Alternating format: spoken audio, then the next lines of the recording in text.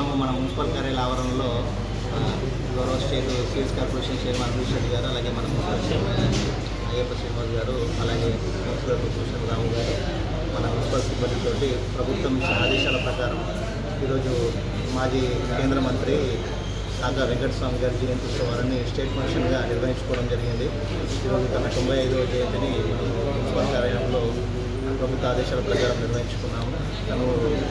తను చేసిన సేవలు విస్మరించలేనివి, మనం మర్చిపోలేనివి. ప్రభుత్వంలో వివిధ హోదాలు కూడా నిర్వహించారు.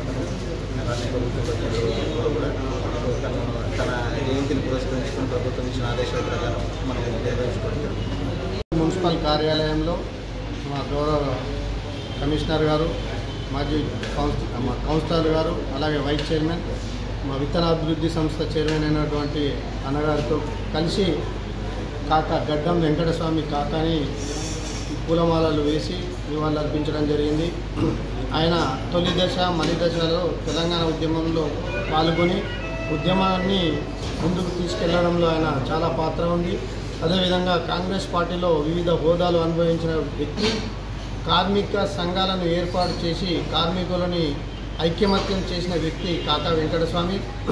అదేవిధంగా ఆయన సిడబ్ల్యూసి మెంబర్గా, కేంద్ర మంత్రిగా, 3 సార్ల పార్లమెంటేరియన్గా వివిధ హోదాలు పనిచేసి తెలంగాణని కాంగ్రెస్ పార్టీలో ఒక ముఖ్య వ్యక్తుల్లో కాకా గడ్డం వెంకటస్వామి గారు ఉన్నారు. కాబట్టి మన ప్రభుత్వం రేవంత్ రెడ్డి గారు అధికారికంగా ప్రకటించడం చాలా సంతోషం. ఈరోజు ఆ కార్యక్రమాన్ని మా మున్సిపల్ ఆధ్వర్యంలో మున్సిపల్లో నిర్వహించడం చాలా సంతోషంగా ఉంది. జై తెలంగాణ, జై కాంగ్రెస్.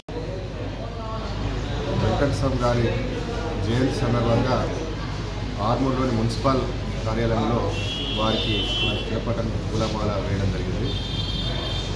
ఆయన బతుకున్న రోజులలో కాంగ్రెస్ పార్టీకి వినలేని సేవ చేసినటువంటి పరిస్థితి. ఆ రోజు ఆయన కాంగ్రెస్ పార్టీ వర్కింగ్ కమిటీ మెంబర్గా ఎదిగి తెలంగాణలో కాంగ్రెస్ పార్టీ బతకడానికి, తెలంగాణలో కాంగ్రెస్ పార్టీ అధికారం రావడానికి ఆయన చేసిన కృషి మరవలేదు. అట్లాగే తెలంగాణ కోసం, తెలంగాణ రావాలనేటువంటి ఆకాంక్ష, తెలంగాణ ప్రత్యేకంగా ఏర్పడినటువంటి పోరాటంలో కూడా కాంగ్రెస్ పార్టీలో ఉండి కూడా కాంగ్రెస్ పార్టీలో తన గళాన్ని వినిపించినటువంటి ఒక గొప్ప నాయకుడు అనే విషయాన్ని ఈ సందర్భంగా మీకు తెలియపరుస్తాను.